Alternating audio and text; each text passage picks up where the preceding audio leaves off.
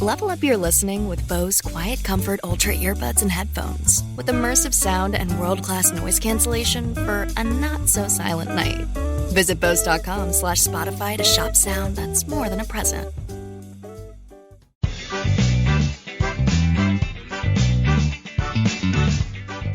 Welcome to the Instagram Stories. You know what we do on Mondays, so let's get right into it.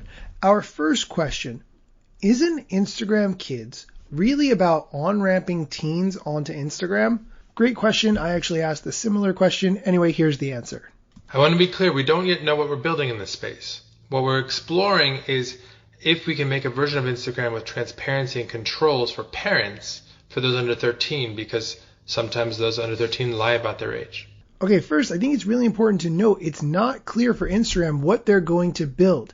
The quote from Vishal Shah that I read when this first became announced was that, quote, "We will be building a new youth pillar within the community product group to focus on two things. A, accelerating our integrity and privacy work to ensure the safest possible experience for teens.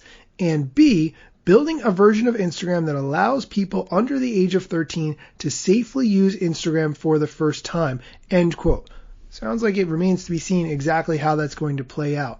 If you want to know more about this topic, I highly recommend two things. Number one, the documentary on Netflix called The Social Dilemma, and also a book by Jean Twenge called iGen, Why Today's Super-Connected Kids Are Growing Up Less Rebellious, More Tolerant, Less Happy, and Completely Unprepared for Adulthood, and What That Means for the Rest of Us.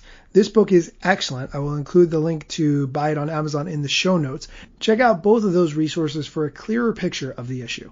Next question, what about building subscriptions for creators?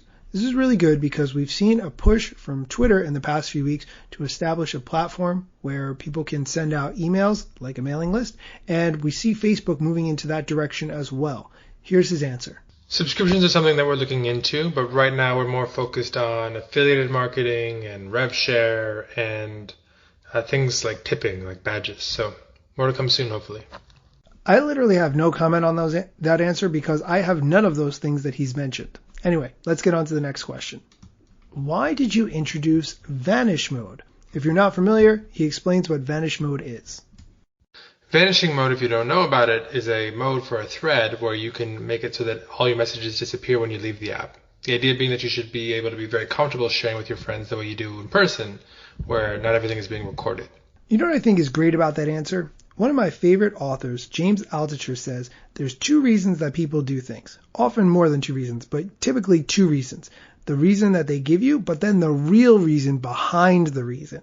And I think in this case, he didn't say the real reason behind the reason, which is that to encourage people to not use Snapchat and give them all the features of Snapchat on Instagram, they introduced Vanish Mode. I personally don't use Vanish Mode because I need to keep track of all the messages that I send. I need to make sure that I responded to people in a timely fashion. I need to remind myself what I said in the conversation so I don't say the same thing again and sound stupid, and a whole litany of other reasons. So for that case, I rarely use Vanish Mode, but if you use it, I would love to hear about your usage of it.